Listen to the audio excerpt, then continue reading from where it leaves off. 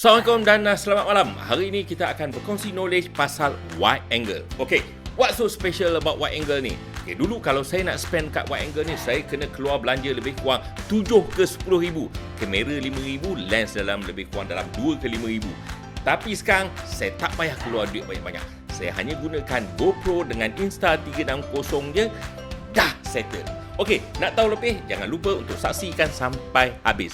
Jangan lupa untuk subscribe, like, komen dan aktifkan loceng. Dan jangan lupa sharekan program ini. Aktifkan selang anda.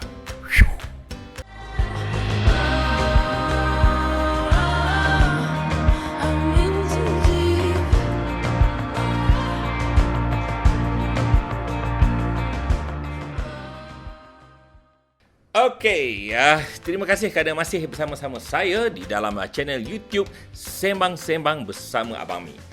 Kalau anda rasa video saya ni berguna untuk anda, recommend kat kawan-kawan lain untuk tengok video saya. Wide angle ni, bila kita ambil gambar, dia akan lebih close dengan subjek. Jadi, waktu saya ambil gambar tu, saya rasa macam saya dapat menyentuh subjek pada jarak dekat. Jadi dia ada satu perasaan sangat close, sangat close dengan subjek. Kenapa saya suka? Okey, kalau standard lens, jenis gambar yang saya nak ambil ni agak terhad. Kalau tele lagilah susah kalau saya nak buat coverage, kan? Sebab saya kena stay jauh, kan? Kalau wide, campak je saya kat mana-mana, insya-Allah saya boleh hidup. Okay. Wide ni ada beberapa jenis wide, kan? Dia ada wide angle, dia ada super wide angle, dan kalau yang paling lagi luas lagi tu kita panggil fish eye. Wide angle ni merakam gambar dengan lebih luas dan dia boleh ambil gambar pada distance yang sangat dekat. Dan most of the time I tak perlu fokus pun nak ambil gambar ni. Kalau kita pergi kat tempat-tempat yang sempit sekalipun, I masih boleh dapat gambar. I tak perlu undur belakang jauh sangat. Dan kalau contoh kalau kita ambil gambar di tempat kedui kahwin, katalah tempat kedui kahwin tu sempit, so saya tak payah nak undur ke belakang. Jadi kalau tempat ruangan yang sempit, kalau dekat bilik bilik pengantin tu kecil macam mana pun kita boleh ambil gambar. This is kamera fish eye. Ni contoh lain lah. Okay, kalau anda berebut nak ambil gambar VIP, tapi ramai sangat orang kumun dekat dia, kan? So, kalau you pakai kamera wide angle ni, you boleh halakan kamera ni dekat dia, kemudian lepas tu you boleh tekan shutter, you tak payah tengok dekat viewfinder pun. Sebab you tak payah nak fokus dengan teliti-teliti ke apa ke, sebab dia you fokus lebih kurang, you agak je jarak dia, you bubuh jarak fokus ni lebih kurang dalam 1 meter macam tu, you tekan gambar, boom, gambar you sure jadi. Bila kita rakam guna wide angle ni, viewer tu dia dapat feel apa yang ada dekat sekitar sekitar subjek tu. Contohlah kalau saya ambil gambar adik saya, misal katakan wide angle pada jarak yang dekat ni, saya boleh rakam keseluruhan body dia, apa yang ada kat sebelah dia. Kemudian saya boleh tengok apa dokumen yang ada, berapa banyak file-file, kan? Semua tu saya dapat rakam. Tapi kalau saya guna telefoto yang lens yang panjang tu, kan, saya kena rakam duduk jauh kat belakang, kan. Kemudian lepas tu bila telefoto ni dia punya angle dia kecil, kan. Jadi dalam gambar tu saya boleh tengok gambar muka dia saja. Dokumen-dokumen apa yang saya boleh nampak dengan kalau saya guna wide angle tadi, dia tak boleh nampak. Yang tu dia punya beza dia kalau kita gunakan telefoto dengan wide angle. Kalau kita nak ambil gambar pemandangan landscape, kan, gambar kita akan nampak lebih luas dan kita akan nampak lagi tenang. Okey, kalau kita nak jual rumah ataupun kita nak sewakan bilik, ataupun siapa-siapa tokek hotel ke nak bagi nampak bilik dia nampak luas, ataupun siapa-siapa yang teringin nak jual kereta, kan, kalau kita rakam pakai wide angle ni, dia akan nampak bilik tu luas, kan. Kereta tu pun nampak besar walaupun kereta tu kereta kecil, kereta kancil, kan. Itu beza dia. Kalau kita shoot underwater, saya boleh ambil gambar keseluruhan body, kan, daripada dia punya kepala dia sampai ke dia punya fin. Jarak pun lebih kurang 1 ke 1.5 meter, kan. Tak payah duduk jauh-jauh.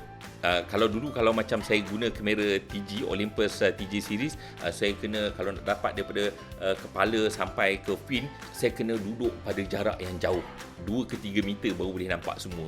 Bila ambil gambar, semua jadi biru dengan hijau. Memang ada sedikit perubahan kalau kita guna lens dalam air ni. Kalau kita gunakan standard lens di dalam air, dia akan jadi telefoto.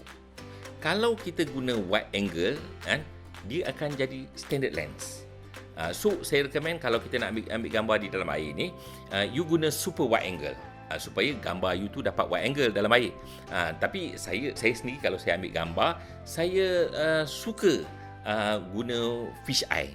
Bila saya guna fish eye ni, saya punya angle saya tu lebih luas. Bila ambil gambar tu, saya dapat rakam lagi dekat. Okey, sebenarnya ada banyak kelebihan bila kita guna wide angle dalam air. Okey, pertamanya adalah lighting. Jadi gambar you akan ada pencahayaan yang cukup. Sebab you stay pada jarak yang dekat untuk nak ambil gambar. Jadi kalau you ambil gambar tu jadi hijau ke biru, maksudnya cahaya you tu tak sampai. Mungkin sebab you tak pakai wide angle. Itu masalah dia. Okay, dan keduanya adalah backscatter. Backscatter ni adalah musuh utama waktu kita ambil gambar dalam air. Jadi bila kita gunakan wide angle, backscatter ataupun tumpuk-tumpuk putih ni semua dia jadi kecil-kecil. Okay, sekarang ni lagi best sebab saya tak perlu belanja mahal nak ambil gambar semua tu. Saya ada banyak pilihan. Saya dah boleh guna handphone, saya boleh gunakan GoPro ataupun saya gunakan Insta. Insta360. Kamera ni dia lebih murah, lebih ringan, tak payah banyak kawalan, you tak payah fikir pasal ISO, you tak payah fikir pasal shutter speed, white balance lah, tak apa kejadahannya lagi kan. Jadi kamera baru ni you boleh guna ISO tinggi. Noise dia pun kecil. You senang nak edit. You senang nak switch daripada kamera ke video ataupun sebaliknya. Kalau dulu, kalau saya nak ambil still, saya kena guna kamera. Kalau nak ambil video, saya kena guna video kamera. Sekarang senang. Guna satu kamera untuk semuanya sekali.